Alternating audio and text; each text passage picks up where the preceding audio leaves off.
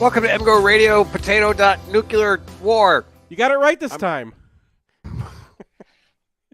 We are previewing a top 10 matchup. I'm Brian Cook. I'm Seth Fisher. Alex Strain. And we would like to thank our sponsors. Thank you to Underground Printing for making this all possible. UGP makes custom apparel such as t-shirts and sweatshirts and was founded by 2 Michigan alums over 20 years ago. They have 3 retail locations in Ann Arbor and offer thousands of University of Michigan athletic products for sale, ranging from clothing to accessories and memorabilia. Check them out at ugpmichiganapparel.com or check out our selection of shirts on the mgoblogstore.com. We'd also like to thank our associate sponsors, Peak Wealth Management, Homeshore Lending, Ann Arbor Elder Law, Michigan Law Guide, Human Element, the Phil Klein Insurance Group, Venue by 4M, which we record on Sundays, and Signalwire, which is where we are doing this right now. Should add that Underground Printing has a wide selection of yellow sweatshirts and jackets and whatnot, so it might be important tomorrow if you get to Ann Arbor and you don't have your maize. It's going to be 50 degrees out. My prediction for the maize out is 70, sure. 60, yeah, we can make that happen. 50, no, it's coach time. Yeah. Not for me. We should do a gray sweatshirt out. That's what Michigan fans would be really competent at. It's like looking sort of superior, but also worried out. We could do that very well. Well, anyway, think of some other ones. This will be a gimmicky top 5 eventually. The Penn State Nittany Lions roll into town. They are 5-0 and undefeated, ranked number 10 in the country. They have had a fairly weird season. They start off with a narrow win over Purdue with an 80-yard touchdown drive to save the game by Sean Clifford after Purdue cannot run a 4-minute drill to save their lives. They walk over Ohio. They beat up on Auburn before it is clear that Auburn is terrible. Well, maybe a little bit after. Anyway. During. And then they have a competitive game against Central Michigan, which is not a good MAC team. They are 1-5. It's 17-14 at the beginning of the third quarter, and Central muffs a punt at their 7. Penn State scores and kind of rolls away. That game, total yardage is about even. And then they have a game in a driving rainstorm against Northwestern that is 17-7. Less said about which, the better. So they enter undefeated. They enter in the top 10. Fancy Stats have Michigan by 12. Vegas has Michigan by 7. And I guess we should probably start talking about Sean Clifford because we can get that out of the way quickly. Everybody knows who Sean Clifford is at this point. There might be new fans who don't know who Sean Clifford is. Yes, for all the infants listening. So he's mostly the same guy. They don't run him as much as they used to, but they'll pull it out of the bag here and there. They ran a quarterback draw for a touchdown against Auburn, I believe it was. They didn't run him at all in the game I watched against Purdue, but he can still scramble like he always could. I mean, he's the same guy in terms of his ability to stand in there, take contact, all that stuff. But obviously, you don't know how accurate the ball is going to be. He has throws that are just nails. I mean, that 2-minute drive against Purdue, phenomenal. Especially that wheel route touchdown, the touch he put on that ball, dropping it into Kayvon Lee, running into the end zone. So he can make those throws, but he can also airmail the ball by 10 yards and throw a pick 6, which he also did in the Purdue game. So that Purdue game kind of provided the whole roller coaster experience. But he's a fine starter, and Penn State has won a lot of games some years with him as quarterback, right? 2019, I think they won 11 games with him as the starter. So he's certainly not a bad quarterback by any means. He just, after 4 years at the helm, we know what he is, and he's never getting to the level that C.J. Stroud is at and the level that J.J. McCarthy seems to be very quickly approaching. It's just incredible he's still alive. Yes, he does wander around the field sometimes looking like the robot who's like, why was I programmed to feel pain? So the wide receiver core loses Jahan Dotson. They bring back a couple of guys that they had last year, and they bring in a Western Kentucky transfer who had 87 catches a year ago because Western Kentucky. Parker Washington is sort of a slot type guy who they do use on the outside a lot. He did some work against Michigan, 4 catches on 5 targets for 92 yards as they were focused extremely heavily on defending Jahan Dotson last year. After Michigan's secondary basically shut down the Maryland wide receivers, this feels like a game where they're going to be in contact, and most of it is going to be like, can they make contested catches? Can Clifford put it on the money? What happens when any of the linebackers try to play zone defense? Yeah, I mean, Parker Washington is a really good player, and the Western Kentucky player for namesake is Mitchell Tinsley. The one thing I want to add in here real quick, Tinsley is the guy, at least against Purdue, that is the punted up there guy. Clifford, which we'll get to in a moment, faces plenty of pressure even still. And when he needs to get that ball out, he's throwing off his back foot and he's just heaving. A lot of times he's heaving to Mitchell Tinsley. That's the guy they kind of go downfield for. And the third guy here is Keandre Lambert-Smith. He's a little banged up. They just had their bye week, so I think he might be back, but we'll see about that one. But the thing about these receivers in general is that the three guys, when they're all healthy, they're always on the field. They don't come off. That was the case last year. Their snap allocation was very lopsided towards the top three. And this year it's been a similar story until Lambert-Smith got hurt. So these are the three guys to focus on. And certainly is the best wide receiver corps since Maryland. But we'll see. I mean, obviously linebackers will be the greater area of focus because I think we have a good sense of what the corners can do. And Brenton Strange is a tight end who was on the roster last year, has come up and had a much more impact on the offense this year. It's hard to tell how much of this is Brenton Strange being an exceptionally talented guy and how much of it is just like, what is anyone trying to do when they attempt to tackle Brenton Strange? Yeah, the Purdue game in particular was just a very poor display of tackling all around. Their defense is not particularly well coached in the fundamentals, and he had this 72-yard touchdown catch, I believe, where they threw it about 25 yards, and then he ran the remainder after multiple Boilermakers just bounced off of him without making any attempt to put a hand on him or wrap him up. So the story with the tight end room is Theo Johnson is injured, and he started the year out. They've been slowly bringing him back to speed, and that's my big question here going into tomorrow, because is Theo Johnson back to 100%? If he is, that could present a very different look from this tight end group because they ended last year with Theo Johnson as the main guy. Strange started last year strong. He had some drop problems. He kind of faded from view. Johnson, who does have the better recruiting profile, by the way, considerably so. I believe he was a top 100 guy. Well, he was Michigan's number one target. He was Michigan's target, yeah. That almost means more to me than tight end rankings. Right? Yeah. So Michigan likes the tight end, then he's probably pretty good. Yeah, and so he just wasn't ready to start the season, didn't get to play against Purdue. He's slowly been working his way back. And so that'll depend a lot on how much I think we see of Strange, is whether Johnson's ready to go.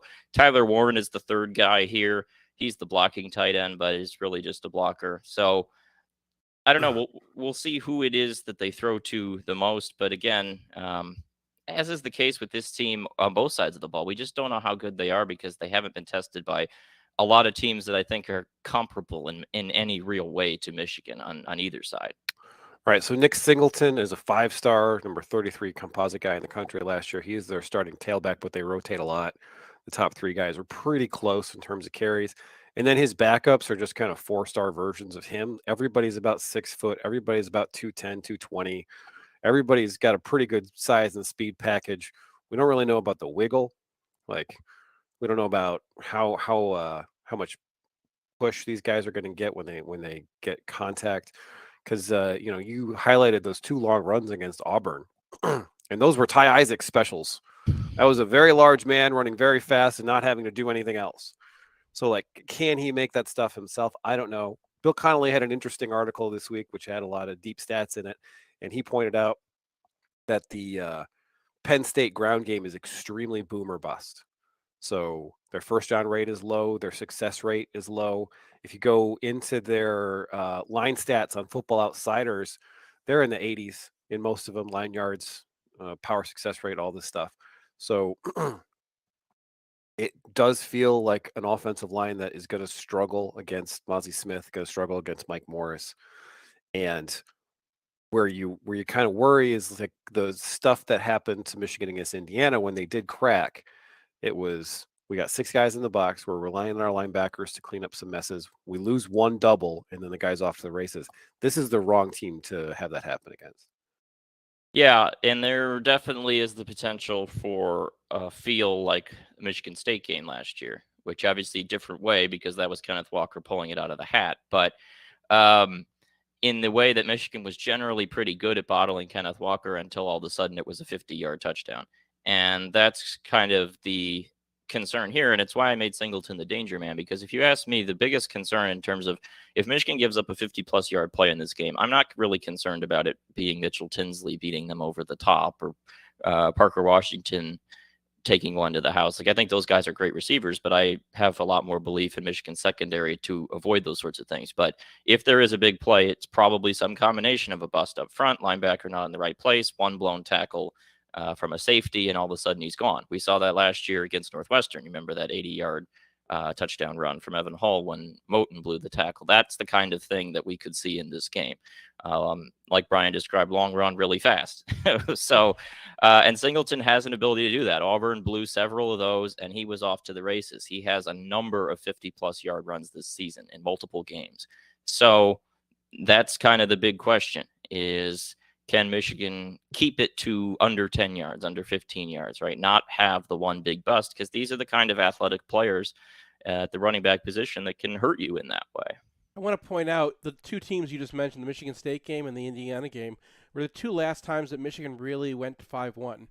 Like, I noticed that a lot in the defensive UFR, that Michigan went to their 5-1 set again, which they hadn't used, I think, since Michigan State. Like, after Kenneth Walker did that to them, and that's a very boomer bust defensive strategy as well. So I don't know if Michigan's going to apply that. It seems they do it when they don't really like the offensive line they're going against, but that might actually contribute to the boomer bust nature of this whole thing. Well, let's talk about that offensive line. They have a left tackle.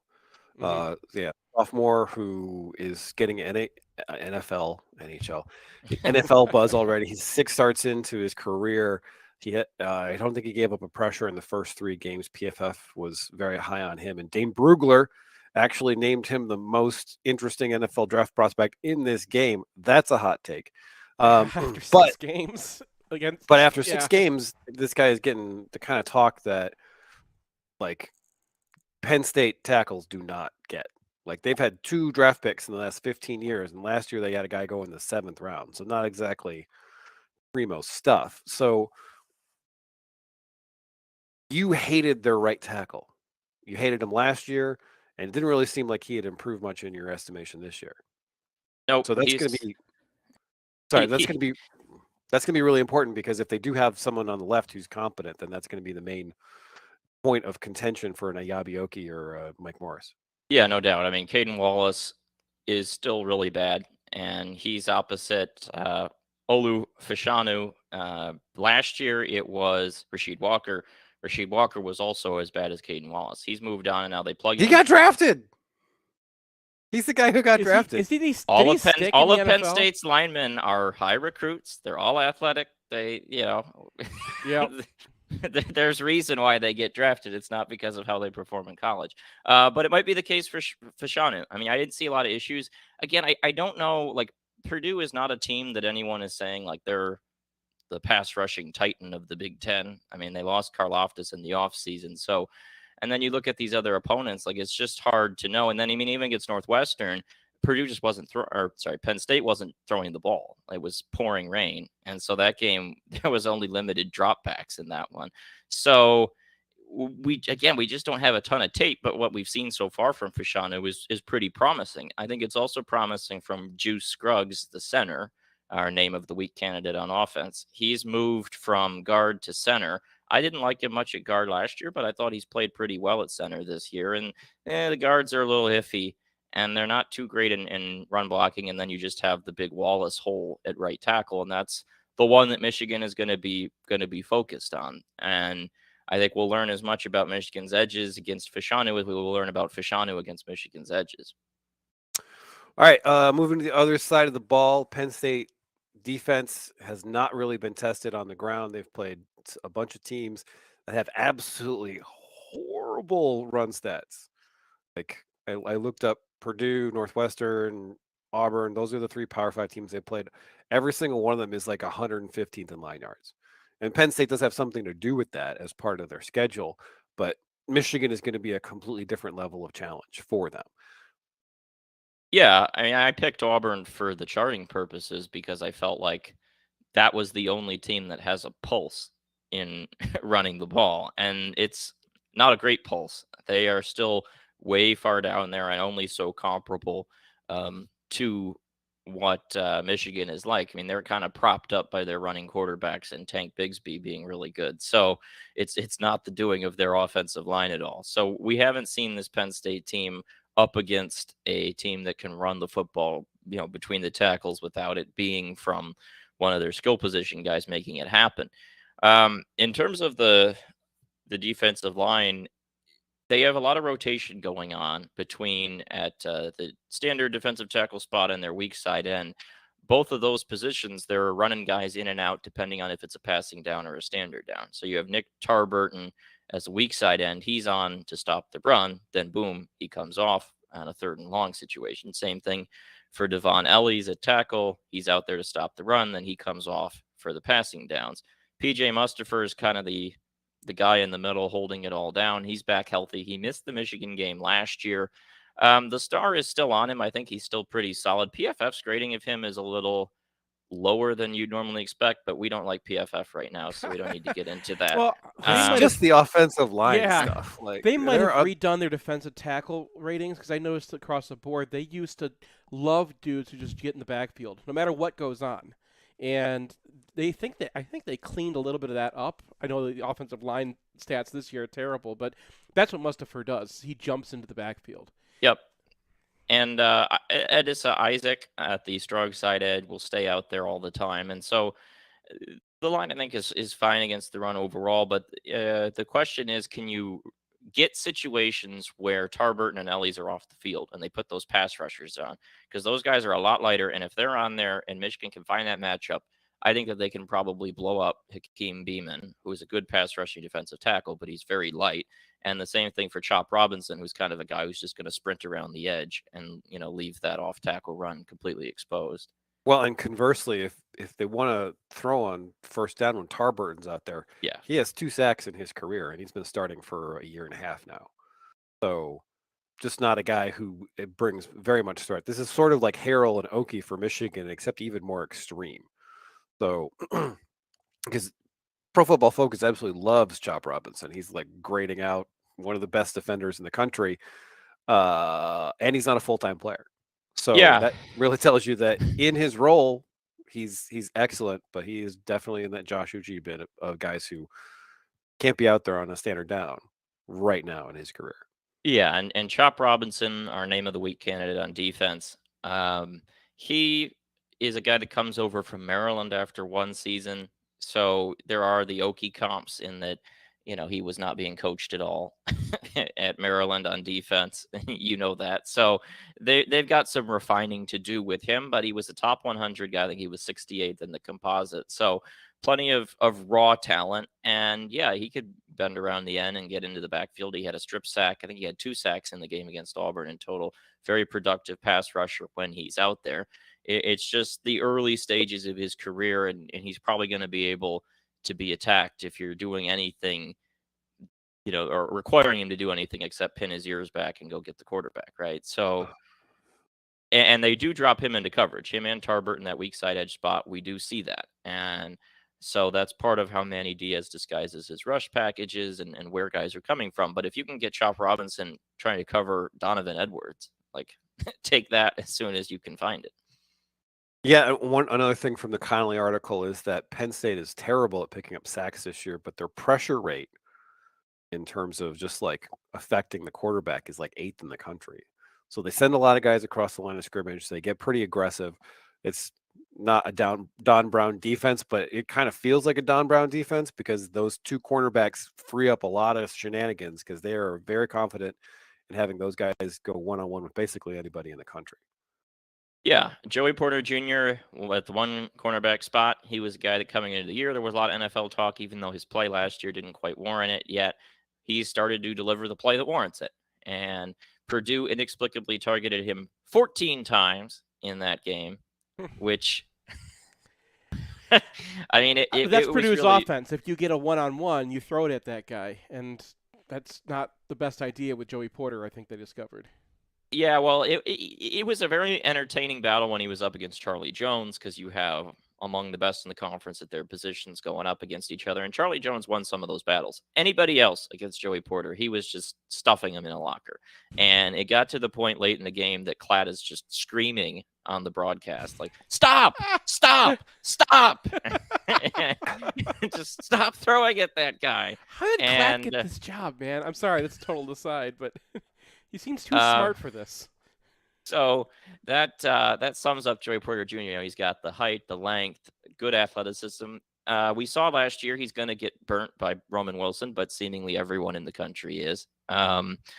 But otherwise, you can think he's going to be right there in the hip of the receiver, and he's got ball skills. Although, ironically, against Purdue, he did have a pick that was to his hands, bounce off his hands into the receiver. So that was not great. But otherwise, fine hands. And then Kalen King on the other side is a Detroit kid. They have him and his brother Kobe, who's a reserve linebacker. And Kalen King is developing into a really fine player as well. And he's higher graded in PFF numbers than Joey Porter Jr. And I got to see a little bit of him against Auburn. Auburn did the opposite of Purdue. They did not target Joey Porter Jr. once.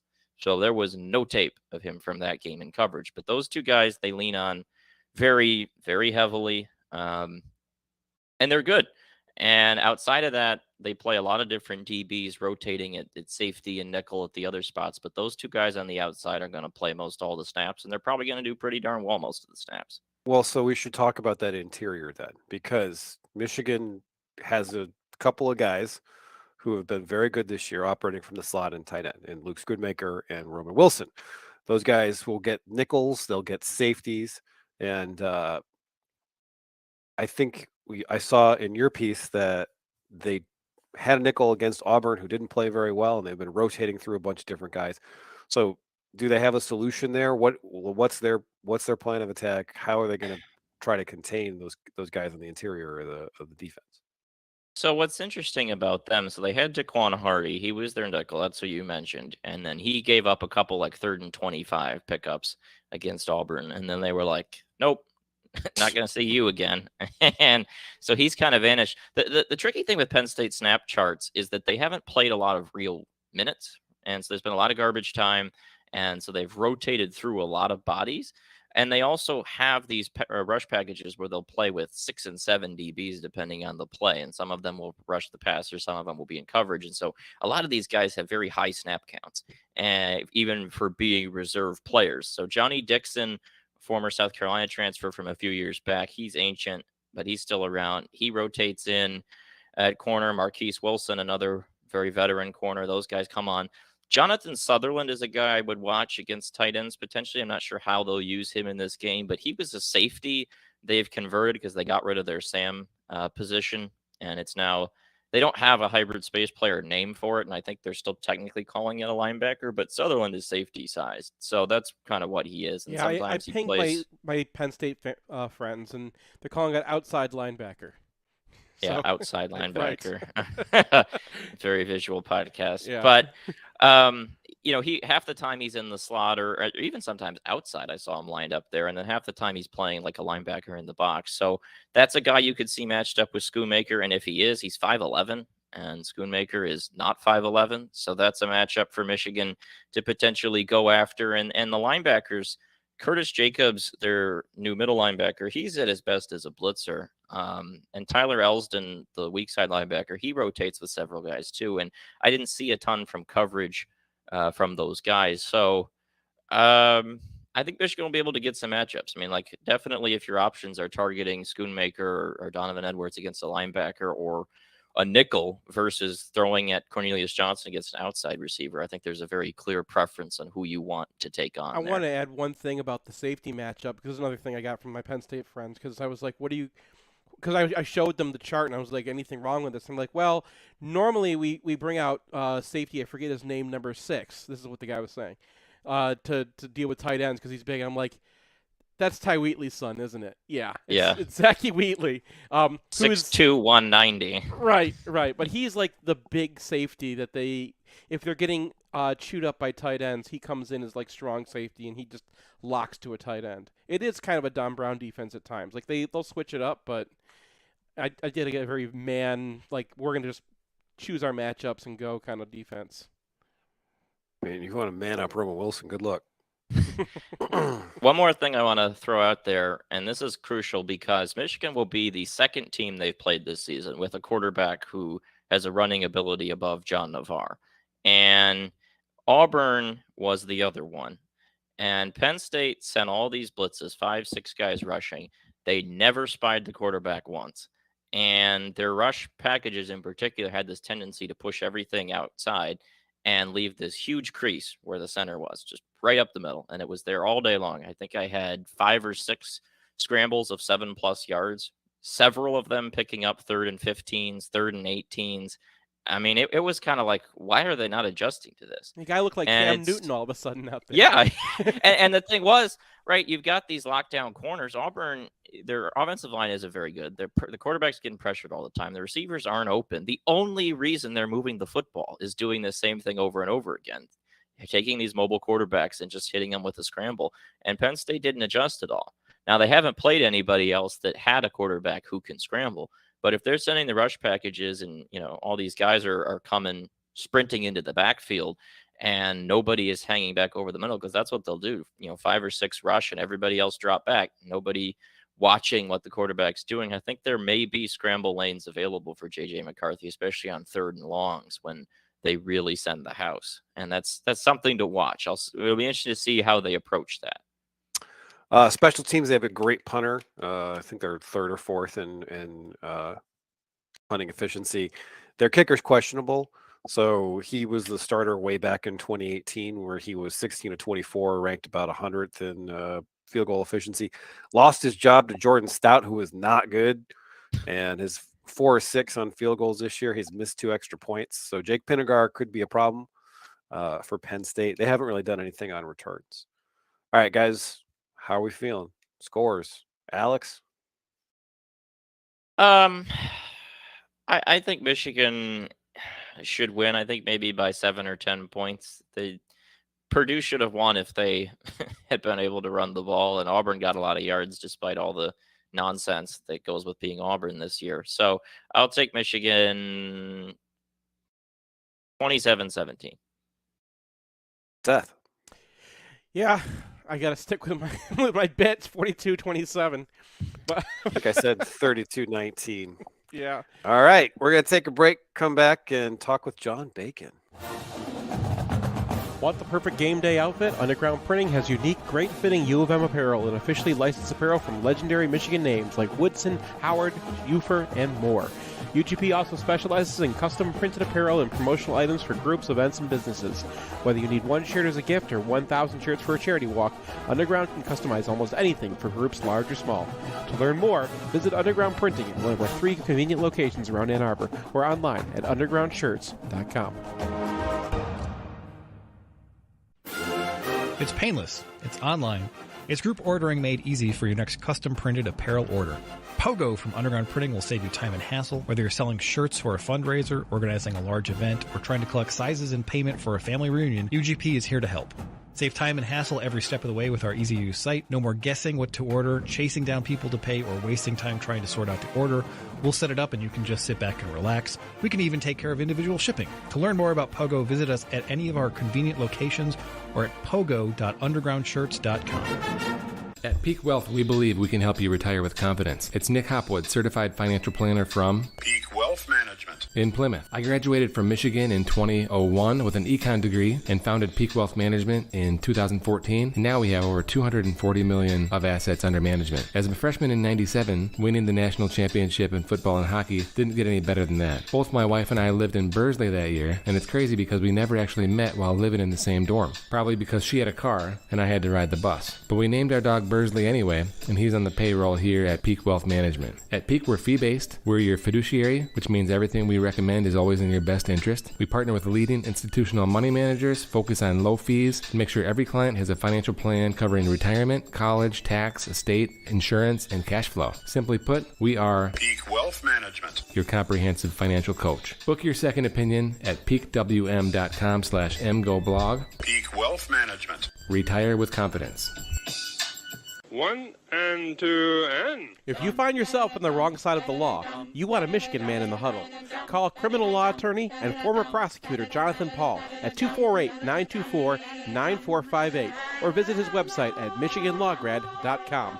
John is a proud graduate of the University of Michigan Ross School of Business and Michigan Law School, and he looks forward to showing you the Michigan difference.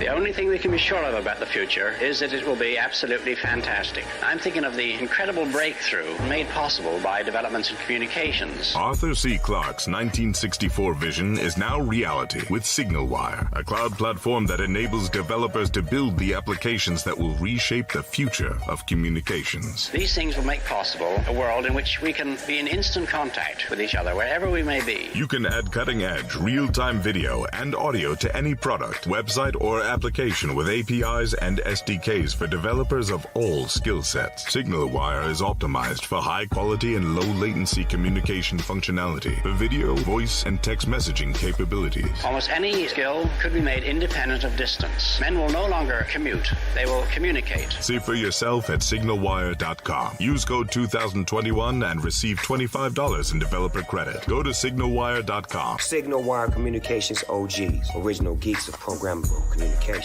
I'm not overthinking. I'm not even thinking. Waiting for the biggest star to fall. Welcome back to MGoRadio 7.12. No. Not even close, but it's all right. It just occurred to me how strange it is that one of our ads on our podcast has like Snoop Dogg on it. True. How did that happen? That's Signalwire. That's the How did the company that we're doing- Signalwire guys are like, oh, Yeah. we'll just call up Snoop. We know Snoop. He's our bro. You know the story of these guys? They like invented the technology behind Zoom, and then they left Zoom because they wanted to start their own thing. So Okay. yeah, That doesn't really explain the Snoop thing. Like if you'd said they invented the technology behind bongs, okay, now they know Snoop. I get that. But maybe he's just a big Zoom aficionado. Anyway, Yeah. John Bacon's here. How you doing, John? We start out random, and let's ride it the whole way. Why not? So, I heard you wrote a book. You heard correctly. There it is. Is it about the Summit Series? In fact, it is, Brian. So funny you should ask that. People rarely guess that. Well, I just kind of felt like your name's John Bacon and you're into hockey stuff. So There you go. why not?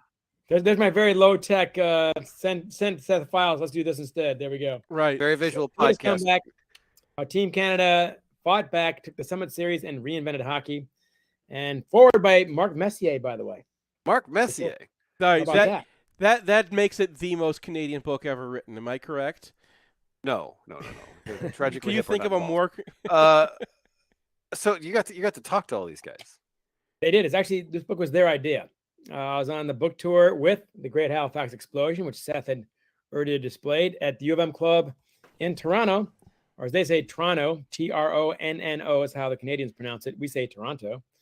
But anyway, Toronto. And before the meeting, the guy said, you wanted to meet with me? He said, what would you think about writing a book about the Summit Series? And I said, I've given that no thought my entire life, but I'm intrigued. What do you got? And he's a good friend of Pat Stapleton's, one of the Chicago Blackhawk defensemen, who was a stalwart on this team and running the alumni club for these guys with Ken Dryden and Phil Esposito, and names that are more common, of course. So Pat came to Ann Arbor for a weekend and with Red Berenson, who's on the team. And we went to a few games, had long lunches, a lot of talks, and decided to do it. And he gave me complete access to everybody, and they were fantastic. When Pat passed away 2 years ago of a stroke, Brad Park, a name you probably recognize, took over as my liaison, and he and I talked on the phone once a week. Man, everyone gave me a ton. Phil Esposito, 4 hours in Tampa. I got 3 hours with a coach, Harry Sinden, in Boston, his Boston Bruins office. And it went on from there. Just fantastic. Yvonne Cornwallet, my favorite player, Sarah Savard, and Bob Clark in Philadelphia give me 2 or 3 hours. So, and I'm pleased to report they all say to a man that this is the best book on the series. And in Canada, there are a ton of books in this series. So that was high praise. And that was such high praise, we put it in the back of the damn book. So thank you. Merci beaucoup, mon ami. So you got a tour lined up, or are you going to Sort let of. go? Sort of. This book is only being published by HarperCollins Canada, not in the U.S. So as my agent pointed out, this is a freebie. It's an exhibition game as far as my career goes. It's just fun to do. I will be going to Toronto and Montreal again. But Wednesday, I'll be at the Ann Arbor Public Library downtown with our pal Rich Reddy, naturally, literati, and a guy named Ira Weintraub. That's Weintraub, in case you guys don't know that guy. 7:30 Wednesday night at the Ann Arbor District Library with tons of these books and some good stories. Barrington can't make it because he's in New Mexico. He'll be joining me later on for another event, I'm sure. So we'll be doing Literati, Nicholas, Grand Rapids, Lansing, probably Boston, New York as well as across all of Canada. Got I another swear- project lined up in the near future? Or are you Better. So Can't divulge it yet, but I will be able to in a couple of weeks. The History of MGO Blog by John Bacon? Who told you? This one gets a little The dicey. unauthorized biography. The unauthorized, yes, right. With the stencil So- stamping on there, yes. So Red's Top skipping it secret. because he's in Mexico, not because he actually gets benched in this series. Well, keep in mind there are 35 players in this team. There's no shame in being benched. Right. Mickey Redmond played 1 game. Marcel Dion didn't play any games. Yeah. Gilbert Perot played 1 or 2 games. 2 games, I guess. So trust me, it's a loaded team. 16 of these guys are in the Hall of Fame. About 10 are considered the top 100 players of all time. The list is long and hardy. Bobby Orr, Ken Dryden, Tony Esposito, Phil Esposito, of course, Jean Rattel, Raj Gilbert. The list goes on and on. So, and the Mahavlich brothers, both of them talked to me at great length. Pete Mahavlich, by the way, is hilarious. So, and Frank, his brother, the senator, is less funny, but he's a senator. So Right. There you go. I thought, I mean, no one else has really talked as much, I think. We talk about there's a lot of other books about the Summit series, and there's, tapes out there and videos, and you can actually go out and watch all 2.5 hours of game 8 out on YouTube right Got now. it right over there. Yeah. But I don't think anyone ever talked about how this team came together and how kind of random it was. I mean, people heard the story before that the guy who was putting the whole Summit series together was just taking, he was an agent, so he was just grabbing his guys. And it turns out it was only 8 guys that were even his guys, and one of them's Bobby Orr, which you're going to take regardless. Yeah. Right? I would probably take him. Right. He's the best in the world at that I don't point, think he so I'm needed the gonna- connection to get on Team Canada. Yeah, he did not need that connection. Right.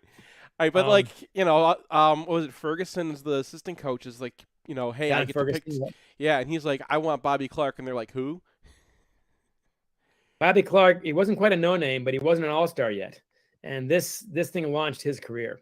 It made him a much better player. But anyway, for you Americans out there, here's the rundown. You recall our dream team basketball in 1992. Alex, you weren't born yet. I know this. But nonetheless, they're tired of what? They're tired of the college kids losing to the Soviets and the Lithuanians and so on. So let's put together the dream team. Canada, the same idea 20 years earlier in hockey. For 10 straight years, the Soviets beat all the Canadian beer league teams and so on overseas in the Olympics or the World Cup. Said, screw it. We're putting together our best players. Let's do this thing. 4 games in Canada, Montreal, Toronto, Winnipeg, and Vancouver, and 4 games in Moscow. They did not travel around in Moscow. 8-game series, which tells you right there, they weren't serious about this. They didn't think it was going to come down to the last game. They're supposed to win all 8 handily, a la Michael Jordan and Larry Bird and the Dream Team. It's supposed to be that obvious. First game is 7-3, the Soviets.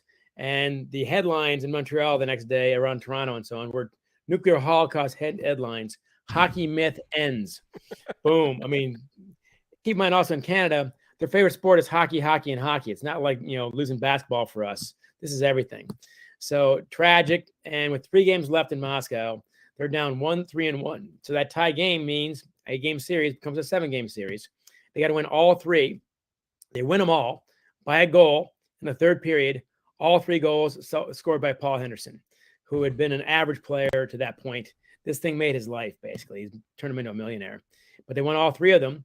And even though it's a 6-hour time change between Moscow and Brantford, Ontario, where Wayne Gretzky grew up, more Canadians saw Game 8 at 2:30 in the afternoon and saw the moon landing 3 years earlier. And they watched the moon landing, by the way. It wasn't like they didn't care about it. So they all watched it. When I was explaining this to Gretzky, this stat, he looked at me like I had two heads. He says, more important. Like, what a stupid question. Of course, and yeah, the moon has crappy ice. Why would you go there? So, so that was awesome. So did the Soviets. So isn't it, it turns out they did it. There you go. Seth's already pretty far along here. They had 3-inch ice. Yeah. But what changed, of course, is they'd never seen the Soviets. They'd never seen the Swedes. They played 2 games against the Swedes in the middle. And that's Börje Salming, Inga Hammerstrom, Ulf Nilsson, names that are now familiar to Canadians, of course, and Americans. They had no idea how good they were either. And now they're playing on an Olympic sheet. Never did that before. Most of these guys didn't have a passport. They'd never been overseas before. Only Berenson, Dryden, and a couple others had been. So they're in for a huge culture shock. They didn't know there's another way to play. They didn't know they had their own style until they saw someone else's style. They didn't even think about it. So the style you see today is what Harry Sinden invented in Sweden for 2 games in between the 2 4-game sets. The hybrid style of passing and skating combined with the NHL toughness, the hitting, checking, which Herb Brooks basically mastered in 1980. So that style is with us today. And it's just a ton of fun. All of Canada was on edge. And even though we're Americans, it's a fun story. It really is. All right. Available wherever books are sold. Mostly. Yeah. Well, mostly available. I've got a link. I mean, I found it on Kindle with no problem. That's probably where I'm guessing most of our readership gets their books now anyway. But Amazon and all that. Yeah, it's about 20% electronic these days. But Amazon has got it. Literati, Schuler's across Michigan. They've got it too. Indigo in Canada is carrying it coast to coast. So we got and of course, all right, Bacon, you got to get cracking on the history of MGO blog. So we're going to let you go. Okay, but Seth pointed out today when we were texting back and forth, whenever he reads a non-football book by Bacon, he said, sooner or later, I'm going to find the Michigan connection. And sure enough. It didn't take us long this time. There's a whole lot of Berenson in it. Yeah, there's a whole bunch of Berenson. I know how far along you are, but Evan Hall is their analytics guy. Okay. The videographer and so on at Michigan. I gave him the 8-game set. I gave him some money for it and say, filter this through modern analytics. And he did it.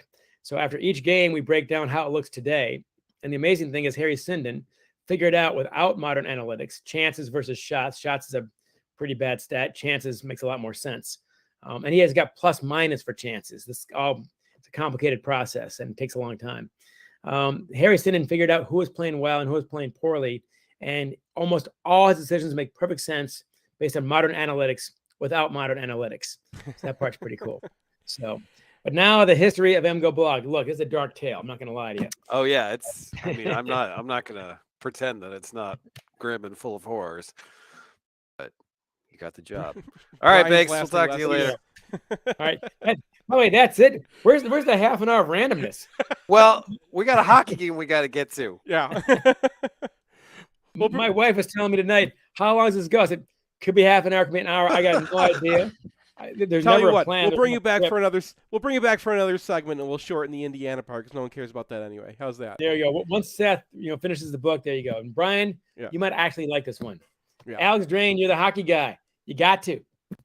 Alex, yeah, he wants to talk something serious too. We'll take a break and come back, and we'll get into this. All right, we'll take a break. Right. Hey, it's Nick Hopwood, founder and president at Peak Wealth Management. We have a lot in common. We both went to Michigan. We're both huge fans, but I'm concerned about how much time you're spending on Michigan football recruiting. This could be time spent with me poring over your cash flow and Roth conversion strategy. How are these Roth conversions going to get done with you spending all your time and energy on MGO blog looking at the next 5-star recruits? Hey, all kidding aside, if you're addicted to MGO blog and you want to outsource some of your financial planning to an expert, consider us, peakwm.com/mgoblog. At Peak, we work with people in a variety of situations. Some of our clients are young professionals looking to optimize their savings and investments. For young people, time is the key. Some of our clients are super affluent trying to figure out when they can retire. Some are high net worth retirees looking for a second opinion on how their money's working for them. Get your second opinion at peakwm.com/mgoblog. Peak Wealth Management. Retire with confidence.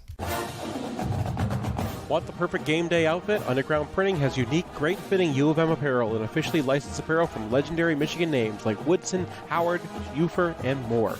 UGP also specializes in custom printed apparel and promotional items for groups, events, and businesses. Whether you need one shirt as a gift or 1,000 shirts for a charity walk, Underground can customize almost anything for groups large or small. To learn more, visit Underground Printing at one of our 3 convenient locations around Ann Arbor or online at undergroundshirts.com. Passion for e-commerce. Sell stuff online. Security. Performance. Conversion.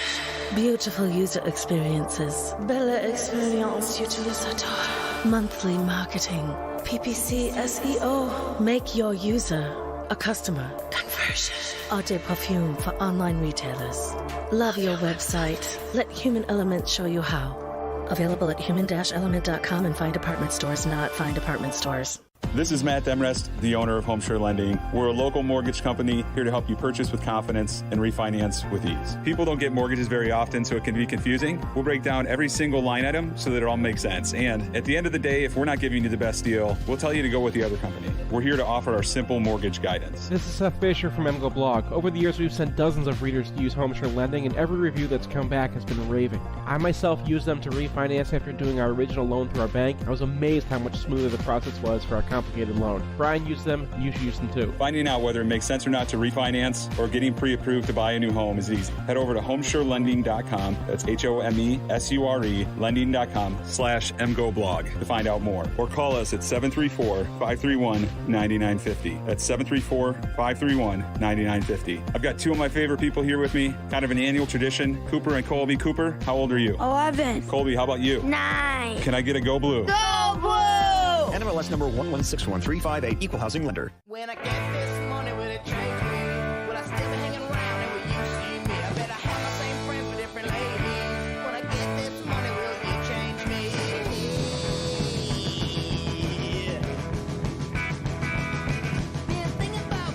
Welcome back to MGoRadio 8.6.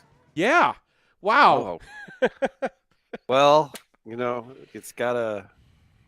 No, it's just how we do it. Like a J.J. McCarthy shot downfield to Roman Wilson's going to happen eventually. Oh yeah, it is going to happen eventually. So you're still here. I tried. Yeah, you wanted to talk Indiana, and I was like, no. I want a random segment with Bacon. You want a random segment with Bacon? So I mean, like, what are you doing?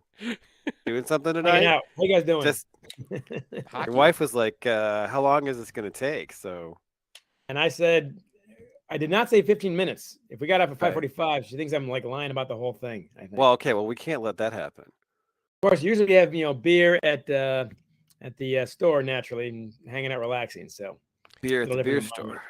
Usually it's about 20 minutes before we get around to the topic that I might have written a book. That's usually, I think, the 20-25 minutes. Is that about average? Yeah. Oh, by the way, you wrote a book. Yeah. Well, here's what you do, Bakes. You get your book to come out at the beginning of football season, which I'm sure someone in the publishing industry is like, oh, you're writing a book for football fans. You should probably have it come out at the start of football season at the height of interest. Well, for us, that's like when we haven't slept for a week and a half. And yeah, the problem here is that like you didn't come on in the first week when we were absolutely delirious, and now it's just like, oh yeah, he's an author of some variety. I should probably ask him about his book instead of like, man, blonde, some person, what? Dave, I am not seeing football. I am not hearing football. Right. Yeah, what was worse, by the way, in our annals? Was it with me calling your book a novel or Brian calling you Dave? Yeah, I mean, that's not a question. I didn't care about either one, actually. Now, the readers I know educated you very quickly on what a novel is and is not. They did. You can't get so, that. And you're self-effacing to bring that up. Him calling me Dave, and also when you guys called it Brandon's Lasting Lessons, I didn't care about that either, only insofar as if they look for that, they will not find it on the shelves or on Amazon. So only from a marketing commercial point of view did I care about that. So well, yeah. So Brandon Naurato, you probably know him fairly well, right? A little bit, yeah. Guy. I coached against him actually. Coached against him. Yes, he was at Catholic Central when I was coaching the Ann Arbor Huron River Rats. A previous book, right there. There you go. I've got that one too around here somewhere. There you go. And But yeah, Coach Ross. you coached Craig against Ross, the him when old he was man in gave it a read. high But, school. When he was my playing. my star player, Chris Fragner, who played at Michigan also, lost the closest vote ever for Mr. Hockey by about 4 or 5 votes to Brendan Naurato. So the joke goes, the only guy who could keep Fragner from winning Mr. Hockey was me, his head coach, because I would bench him when we're up by 4 or 5 goals and let the third and fourth line guys play. I cost him 10 garbage goals easy. And he's always very cool about it. And now he's a financial advisor for all his old teammates. So that was a very smart thing to do because they're millionaires. So that was smart. And those I've are known the Naurato first for a long ring- time. Yeah. He's not, I mean, he's got no experience as a head coach, only 1 year as an assistant coach. This is a big risk. And I think this should have been handled. If you're going to handle it that way, you can handle it that way 3 months earlier, May 5th, when the report gets out, and not rush yourself and not have to tag interim. And there are plenty of candidates to pick from for this. Having said that, if you're in August and you don't want to rush it, you don't want to screw it up, Naurato's a fine choice. I am surprised and impressed, I guess, that Billy McCult is sticking around, also a good friend of mine. Sticking around. He's got 15 years or so experience. He's got a lot of experience. He was, a real candidate for the next head coach at Michigan. He's now basically in the position of pumping up a guy to take his job, essentially. So that's asking a lot of anybody this season. So far, from what I've seen, Billy's doing that full blast as he does everything. So, that'll be a big help for Naurato.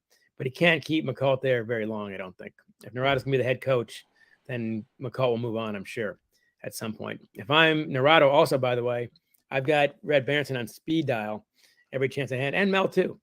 They know these guys. They know things you don't know. Ask for help. That's my advice there. So there's your 2 cents of hockey right there. It doesn't seem like they need to call Mel. It's just like he's, several sections over. No, that was a one-time. Mel.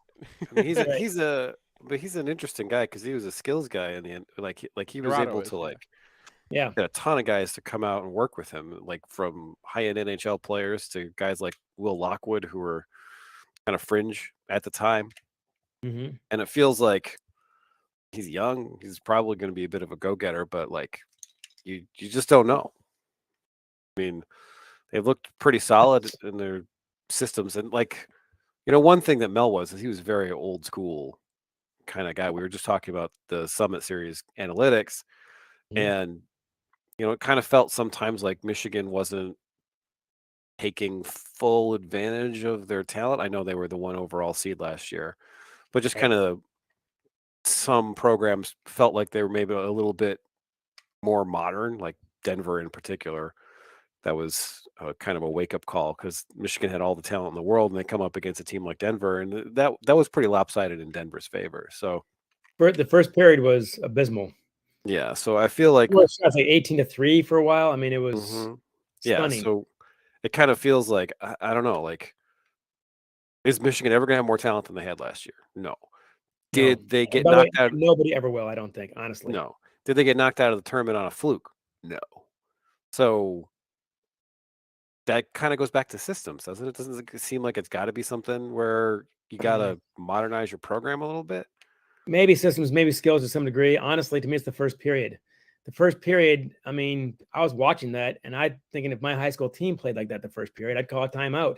I'd spend it now because you guys want to be here or not. I couldn't believe that with so much to gain finally after a year and a half of waiting from the COVID knockout of the previous year and so on. This is your chance. Your team is loaded. You all came back, and you're acting like you don't want to be here the first period.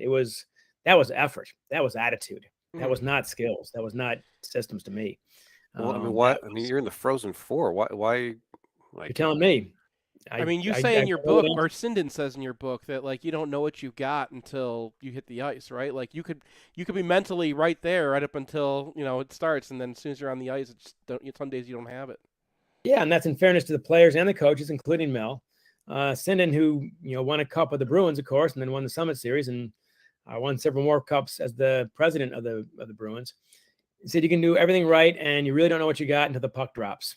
And that, sad to say, is usually the case, especially I think in hockey, because you rely on 3 lines. It's not 5 starters, and it's such an emotional game, such a momentum game. So that was a deal there. But even at that, it's a fluky turnover there out of the zone, leaving the zone when they're all over them in overtime.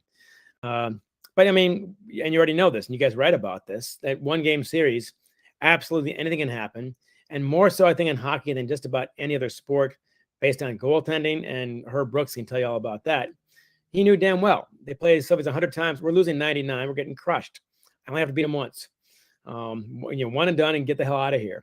And that's what, Denver was a good team. That's clearly the second best team, I thought, in the tournament behind Michigan.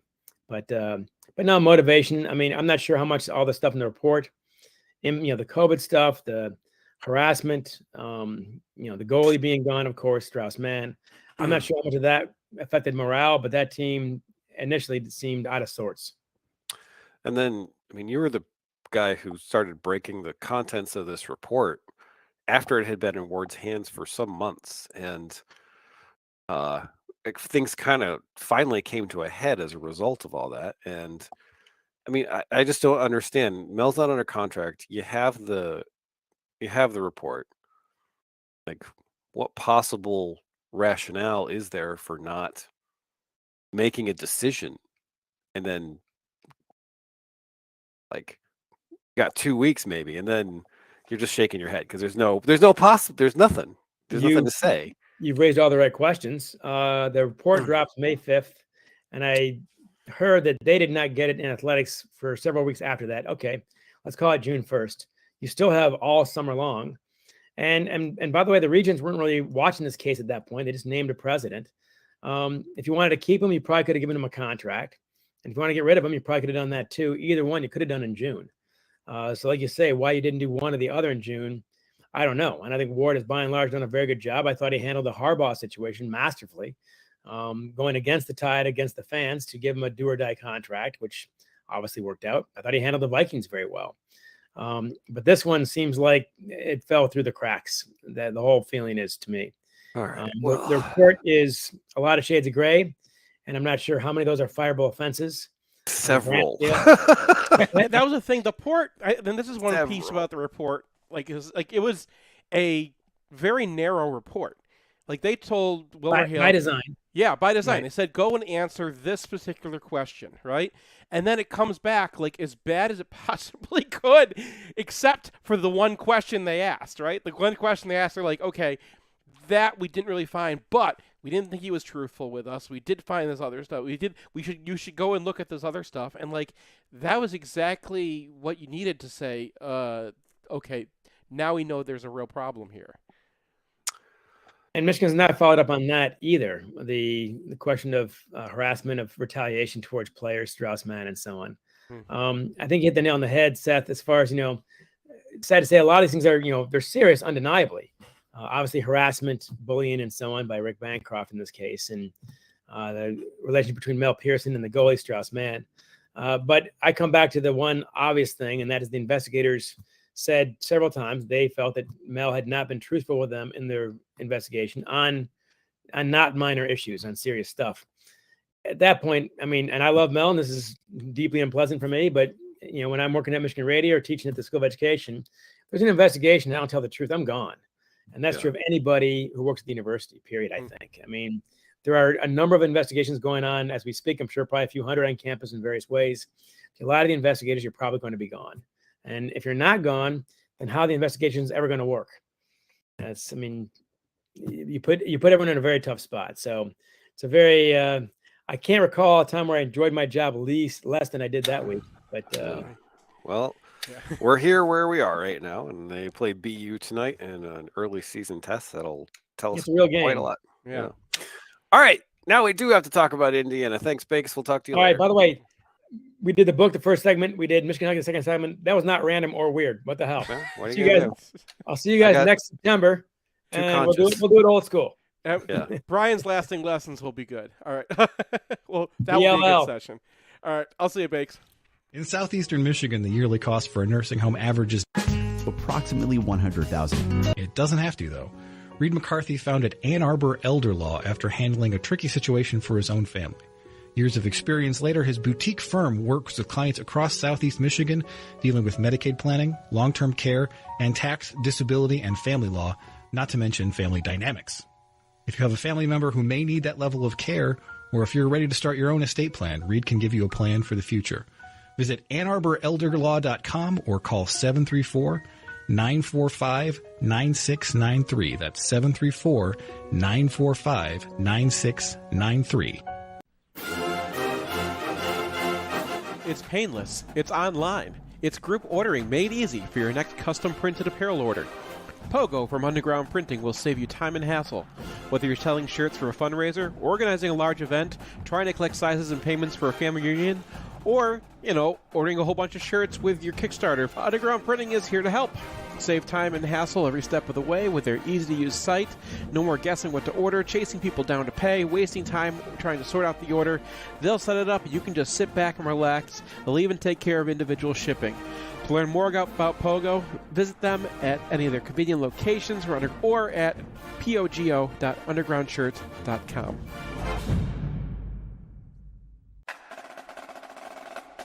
If you want to see where our post-game podcast happens, or if you need a spot to land in Ann Arbor, check out 4M, Prentice Partners' beautiful brand-new flagship property at 830 Henry Street in Lower Burns Park and across the bridge from the Big House. Their 11 spacious 6-bedroom, 6-bath suites feature state-of-the-art digital capabilities and are laid out for comfortable, efficient collaboration. You can also rent a 4M unit for shorter stays, say if you want to come to town for a football weekend. I want to add myself that they're also taking over Lucky's. We're really excited about their plans for that space. So if you're by the stadium, swing by 830 Henry or visit Prentice4M.com.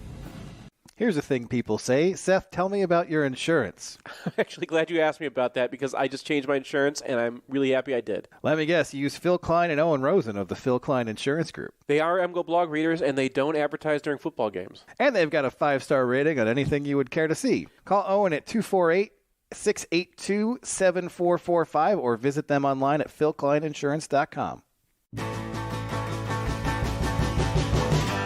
Should have been fishing, not a musician. I'm a physician on the wrong side of the Welcome back to MGoRadio 8.6. There you go. Now we talk about the Indiana game. There's a lot of controversy about the play calling this week because Klatt brought it up. You got clatted. And then there's like people asking the offensive coordinator about stuff, and he's like, because that's what they always do. Mm-hmm. But I gotta say, I think there's something to it because Borges broke down motion and it says half pass and half run, and there's nothing there.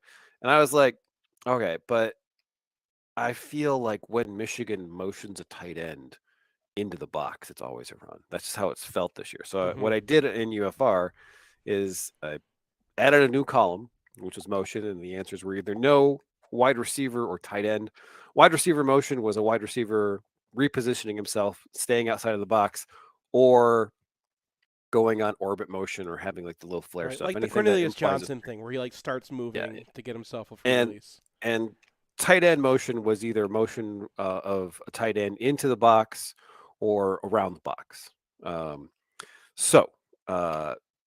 There were 13 tight end motion plays in this game. One was a pass, one was an RPO, the other 11 were runs. That's kind of a tip right there. Mm-hmm. Like, I think that's kind of a tip. And about half of those were also from the pistol. Every single pistol snap in this game for the third straight game was a run. And you can see Indiana anticipating this. And their safeties are shooting down into the box. Their linebackers are going nuts. Not every single time, but a significant portion of the time. So you are giving away expectation when you do that. And no offensive coordinator is going to be like, oh, yeah, that was stupid. I shouldn't have done that. But yeah, if you're setting something up, you've set it up. And now it's time to like diversify your play calling, because there should never be a time where the opposition is certain of what you're going to do because of your formation. It's just not sensible from any sort of like football standpoint. Right. And Indiana like, of all teams is going to scout you and do that, right? Like they're the team that's most likely to just sell out and make it very obvious when they know what's coming. Yeah, because there are tendencies defense. And what I mean by that is when we played Iowa did not care. Right. You could have been in the pistol 50 straight times and run 50 straight times, and Iowa's still going to line up like they line up. And the only time that they change is when they really needed to get the ball back at the end of the game, right? Yeah. That was not about, okay, we figured this out. It's like, okay, we need to get more aggressive because You should put a disclaimer you're about to talk about Iowa before Iowa fans commit we're seppuku in the middle of this episode. But yes, we're down 2 scores. We need to go get the ball. yeah, They don't change what they do based on what you do. Indiana's the exact opposite. Indiana is like, we know your tendencies and we are going to gamble. And that results in waggle plays where you get to throw it for 30 yards to Ronnie Bell. And also the other 2 guys in the route are wide open. right. But Michigan is sort of a hard-headed team that has tendencies and plays into those tendencies, is a frustrating team to chart sometimes against a team like Indiana. And they're going to throw the ball at a pistol in this game 3 times. That's my prediction. Because it's been called to their attention, and this is a game against a top 10 opponent, and they just can't keep giving away expectation like that. Because those pistol runs, they average 3 yards a carry. And Michigan should not have a package that averages 3 yards a carry. And if they have a package that, let me restate that. They average 3 yards a play. Yeah. Like runs have lower expectation than passes. Okay. But so if you have a package and you're averaging 3 yards a play, you'd be the worst offense in college football if that's all you did. Or you'd be pretty bad. I don't know. Iowa might be averaging a little less yeah. than that. I'm sorry, Iowa fans. But yeah, so I get your point. if you're just thundering to the line and getting 3 yards, getting tackled for loss, that kind of thing, it just doesn't make any sense. And the frustrating thing is when you bring this stuff up, people are like, well, you never coached. Yeah, I never coached, but I played a board game. Like, this is not blocking and tackling. This is like basic strategy. Yeah, and you've got a good running back in Corum who is going to get you extra yards, and that's part of why that's baked into that 3 yards per carry. So you're really blocking. Well, no, because I did take out the 50-yarder. Well, okay, yeah, but that's not going to happen every single time, right? Yeah. Like, I'm not going to credit that to the play call because right. Guy's dead to rights, and then he just Corums his way out of it. But anyway, that's enough about that. Yeah. Good news is that JJ McCarthy had a fantastic outing. I think his DSR was something like 83%. He had 2 inaccurate balls. He had 3 bad reads that were pretty innocuous bad reads. One was the interception. Understandable. It's not throwing a ball directly in a guy's chest. And the other ones were like, okay, he went after Ronnie Bell on the fake check play, and when he had a guy who was open, whatever. The level of error he is making, the frequency of error he is making is impossibly low for a guy in his second year of college football. And then we did have 3 throws that his teammates needed to bail him out on. There was a 4th one that was not his fault because he got instant pressure. That was a good play. And then everything else was routine. Yeah. Everything else was routine. I cannot tell you how weird it is that I get to the receiver chart and I'm filling it in and there's literally nothing in the 2 column. And that's been the thing all year. He's uncannily accurate. And he's missed some deep balls or whatever, but I don't think I've ever charted a quarterback at Michigan who's this accurate. Yeah, I went back and read some of your old UFRs because this one, you were getting more into JJ's head than I think I've seen you for a long time. Maybe back to Henny, where you're like, I guessing what this guy's thinking, and you're doing this from watching the play several times and getting to pick out what you see and then trying to apply what happened there. But I usually don't see you being able to do that, or at least it doesn't always follow the logical progression, or the progression's so simple that's not worth talking about. Well, there's a lot of like third reads and stuff. Well, so honestly, how many quarterbacks have gotten to third reads?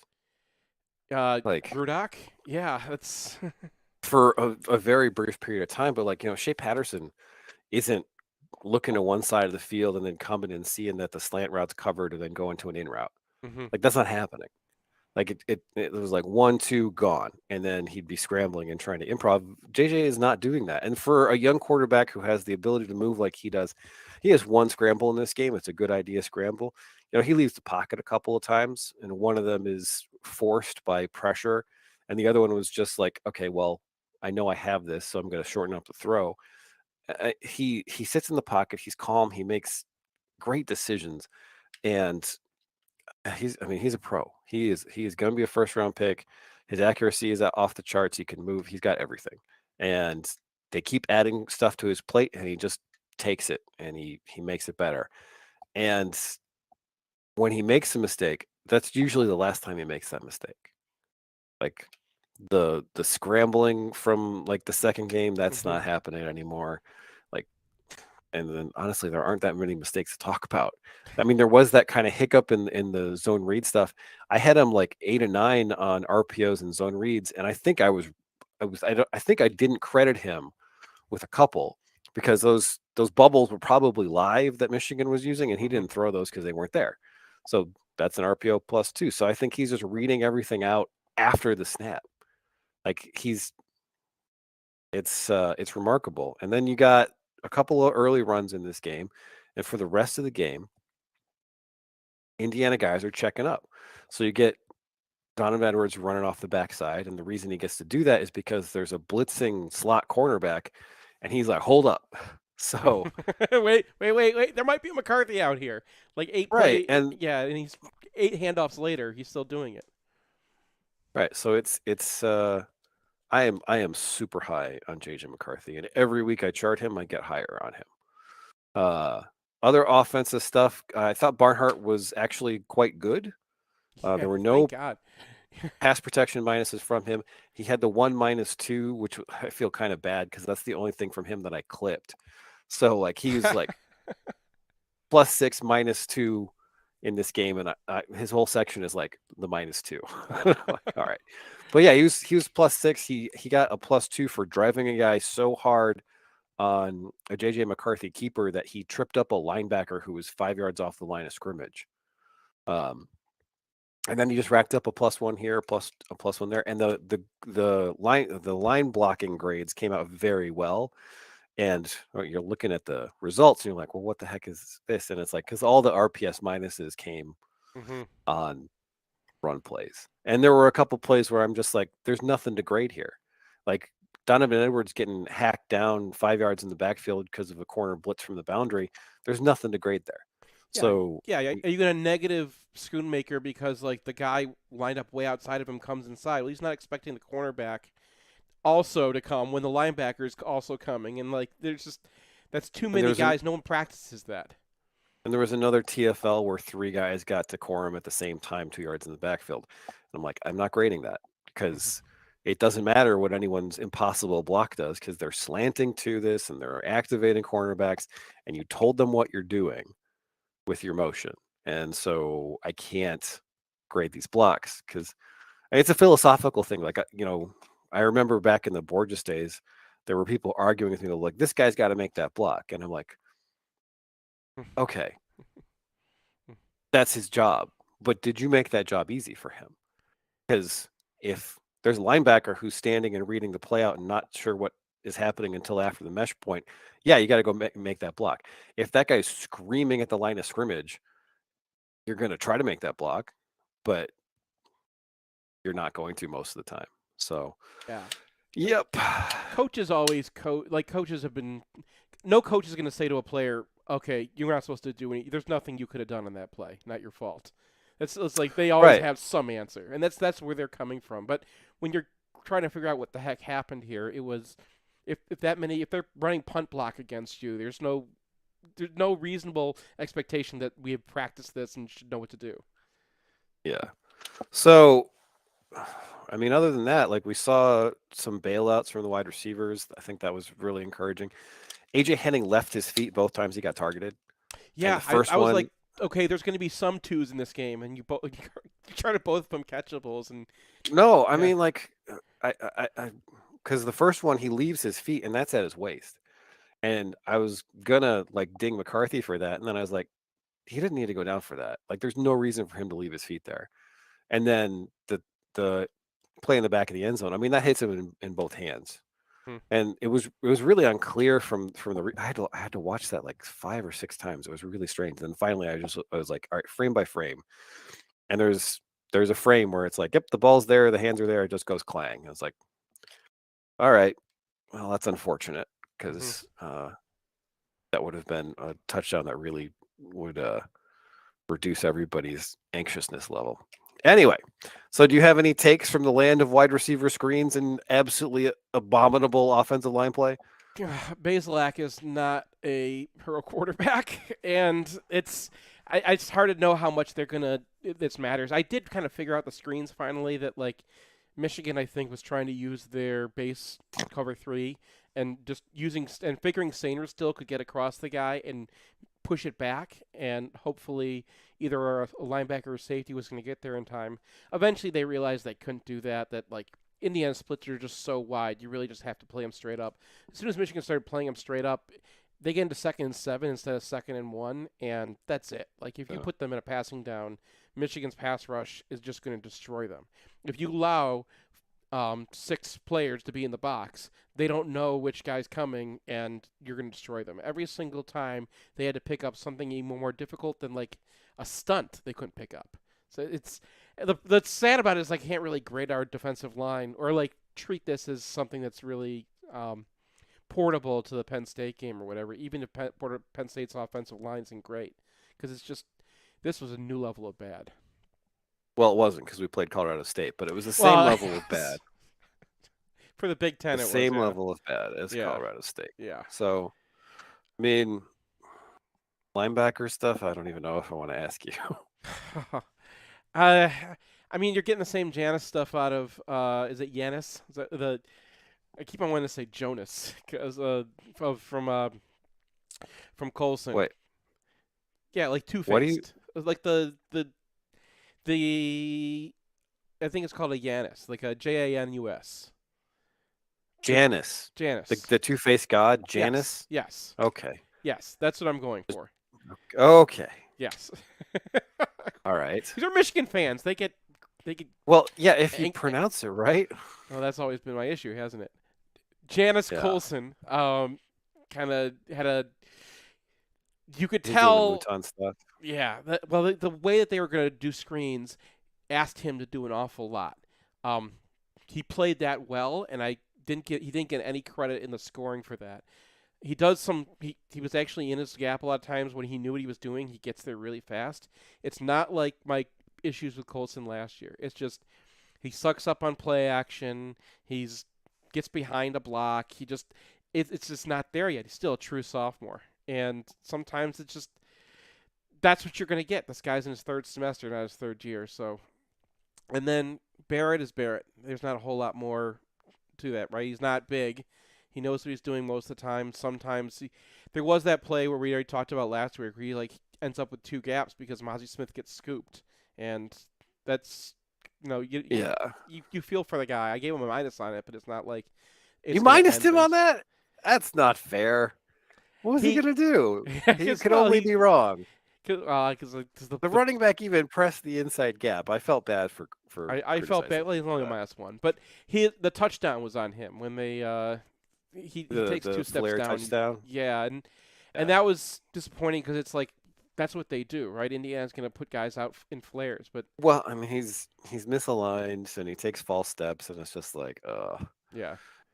I mean he's never been like a full-time linebacker, so that's the kind of stuff that's going to happen. But I don't really think you have a choice at this point, right? Yeah. Like you're going to try to get Mullings better, you're going to try to get Rolder better, but Barrett's going to be the guy, I think. Yeah, if you're going to play with Barrett, there were a couple instances where I was like, just use his speed, man. Like, especially if you're playing a team that likes to screen. Like, he could be the guy sitting halfway between, because they were not doing this. Their linebackers were staying in the box. And all you have to do is, if they've got 3 guys in the field, put Barrett, the guy who's, like, in the middle of that area, right? Because that's what his job was. He's built for that. But Michigan just really did not want to change their defense around for Indiana. I think that they wanted to practice their stuff. They wanted to, get out of this game, and I can't fault them that much. They gave up 10 points. So, Yeah, I mean, it was frustrating, but then you go look at the stats after it, and you're like, oh, that was pretty much a beatdown. Right. So just got to flip the halves for everybody to feel better. Yeah. What are you gonna do? Yeah. All right. You Looking guys forward to are the high top. Yep. Sorry. Looking forward to a top 10 matchup this weekend, and we'll see how it goes. She makes a ruska, vodka, makes it all night long. She makes a ruska, vodka, singing this crazy song.